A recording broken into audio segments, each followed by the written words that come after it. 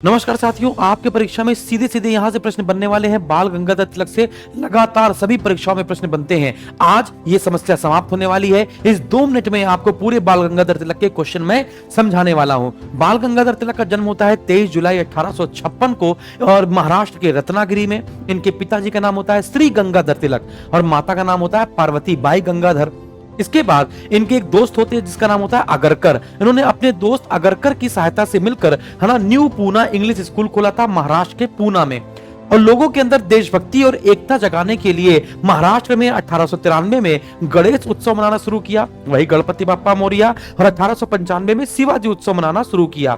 बाल गंगाधर तिलक की मृत्यु 1 अगस्त 1920 को हुई थी और 1 अगस्त 1920 को ही असहयोग आंदोलन को शुरू कर दिया गया और बीजी तिलक के नाम पर है ना तिलक स्वराज्य फंड की स्थापना की गई, जिसमें लगभग 1 करोड़ रुपए इकट्ठा किया गया इस आंदोलन को चलाने के लिए और 20 लाख चरखे पूरे देश में बांटे गए। तभी इस आंदोलन का प्रतीक चिन्ह हो गया चरखा और खादी।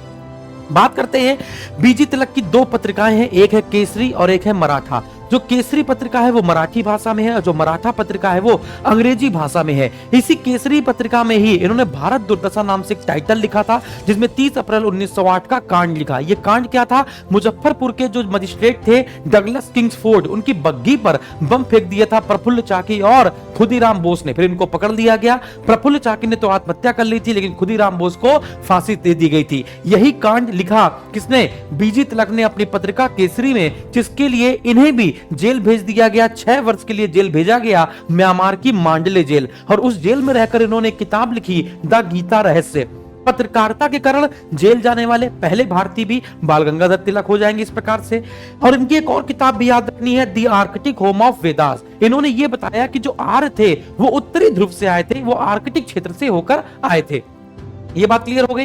फिर इसके बाद वैलेंटाइन शिरोल ने अपनी पुस्तक इंडिया अनरेस्ट में कहा है, यदि भारत में कोई अशांत है तो भारत में अशांति का जनक बाल गंगाधर तिलक हैं। 1907 में कांग्रेस का सूरत अधिवेशन होता है, जिसमें कभी भी लाल बाल पाल को अध्यक्ष बनाया नहीं जाता था कांग्रेस का।